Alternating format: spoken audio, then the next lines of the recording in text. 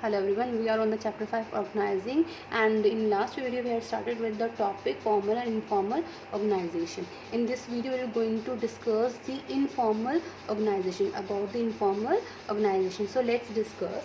हम लोग जो है हमने से पहले जो इनफॉर्मल ऑर्गेनाइजेशन से पहले हमने किया था फॉर्मल ऑर्गेनाइजेशन स्ट्रक्चर, जहाँ पे हमने क्लियरली जो है इंडिविजुअल्स की जो भी पोजीशंस हैं, वेरियस पोजीशंस हैं, उनको अच्छे से आपको बताया था, वो डिफ़ाइन की जाती हैं, उनकी अथॉरिटी वर्क रिस्पॉन्सिबिलिटीज़ क्या होती हैं वो डिफ़ाइन की जाती हैं।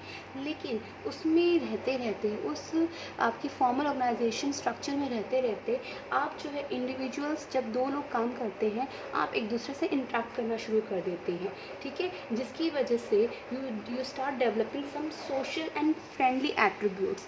सो वो एक नेटवर्क क्रिएट करता है, it create the network of social and friendly groups, ठीक है, which is forms under in organisational structure. And this structure जो इस ऑर्गेनाइजेशनल स्ट्रक्चर में क्रिएट होता है out of social and friendly nature, social and friendly norms, social and friendly groups, उसे हम कहते हैं इनफॉर्मल ऑर्गेनाइजेशन, ठीक है। सो इनफॉर्मल ऑर्गेनाइजेशन के हम लोग एग्जाम्पल ले सकते हैं, जैसे chit chat during lunch break या टी टाइम, आप बात करें एक दूसरे से, या इनफॉर्मल वे में आप फैमिलीज़ के बारे में आप बात पूछ रहे हैं।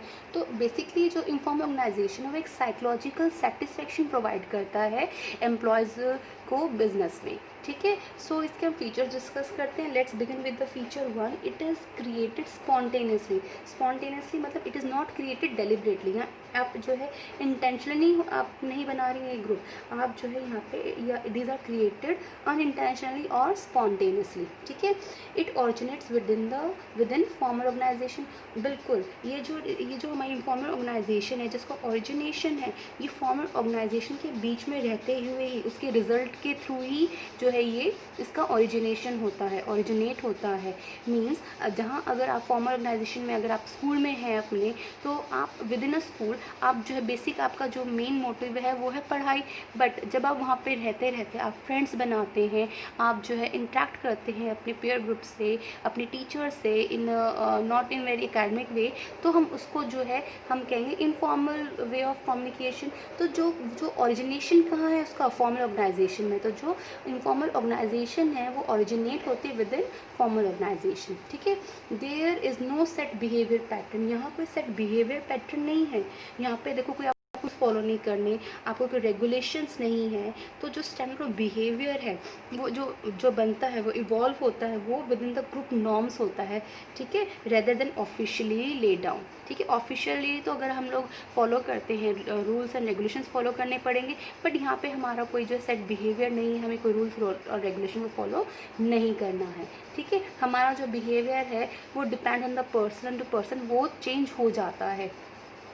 It does not have fix line of communication, it does not have fix line of communication मतलब कि आप जो है कभी भी किसी से भी आप बात कर सकते हैं, आप ये नहीं देखते ये आपसे छोटा है या बड़ा है। अगर आपको एक साइकोलॉजिकल सेटिस्फेक्शन चाहिए तो आप जो है किसी भी लाइन ऑफ कम्युनिकेशन को जो है फॉलो कर सकते हैं, ठीक है। यहाँ पे इंडिपेंडेंट चैनल ऑफ कम्युनिकेशन होता है जहाँ पे कोई सेट डायरेक्शन नहीं होती कि आपको जो है अपवर्ड कम्युनिकेट करना है या डाउनवर्ड कम्युनिकेट करना है।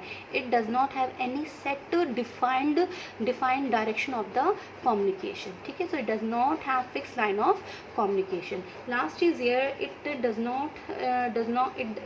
not have any definite structure.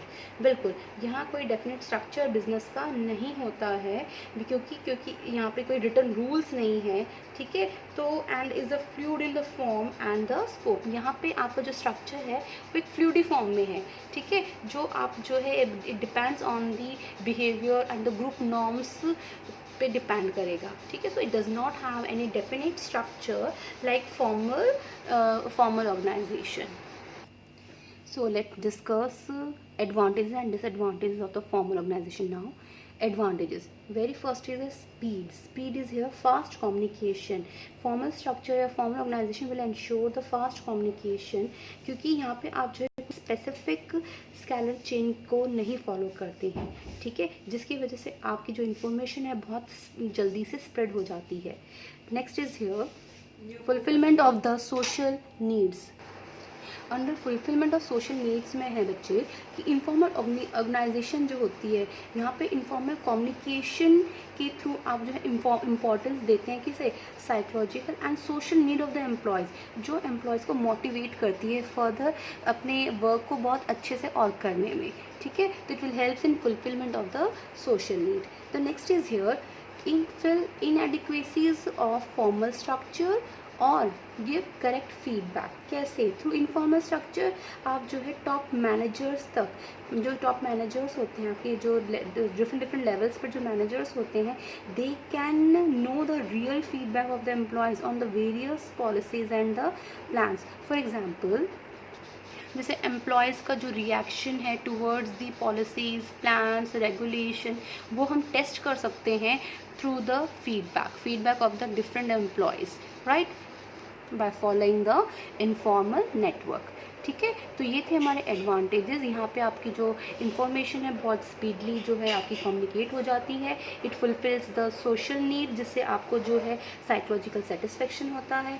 Next is ये आपको जो है करेक्ट फीडबैक मिलता है अपने एम्प्लॉयज़ से। ठीक है, तो यहाँ पे अब आ गया हमारा डिसएडवांटेजेस। तो डिसएडवांटेजेस में इनफॉर्मल में पहला है यहाँ पे डिसरप्टिव फोर्स। डिसरप्टिव फोर्स है यहाँ पे मतलब कि अकॉर्डिंग टू सर्वे हमें पता है कि जो इनफॉर्मल ऑर्गेनाइजेशन में जो हम लोग जो र्यूमर्स होते हैं ना, बेसिकली जो आपका जो speed of the spreading the rumours होती है, जो र्यूमर्स क्या होते हैं, अफवाहें, वो बहुत क्विकली आपकी स्प्रेड होती हैं, जो कभी कभी आपकी ऑर्गेनाइजेशन में बहुत सारी चीज़ों के लिए मिसलीड करती हैं। हैंस हम कह सकते हैं जब इनफॉर्मल ऑर्गेनाइजेशन होती है वहाँ पे आपके र्यूमर्स बहुत जल्दी से स्प्रेड होते हैं, जो बिजनेस के लिए डिस्ट्रक्टिव फोर्स की तरह काम करता है and which might go against the interest of the formal organisation. So अब नेक्स्ट है हमारा बेटा यहाँ पे रेजिस्टेंस टू चेंज।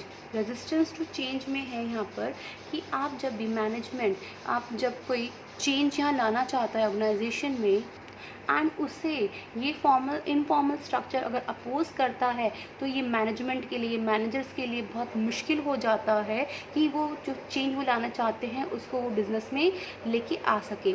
और इस चीज़ की वजह से बिज़नेस में जो है आपकी इस इफ़ेक्ट पड़ सकता है बिज़नेस की ग्रोथ और डेवलपमेंट में। ठीक है, अगर इनफॉर्मल स्ट्रक्चर बहुत स्ट्रॉन्ग है तो वो आपके फॉर्मल स्ट्रक्चर को जो है बहुत आपको आपके उसमें जो है इम्पैक्ट लेके आ सकता है। Next is here priorities to group interest.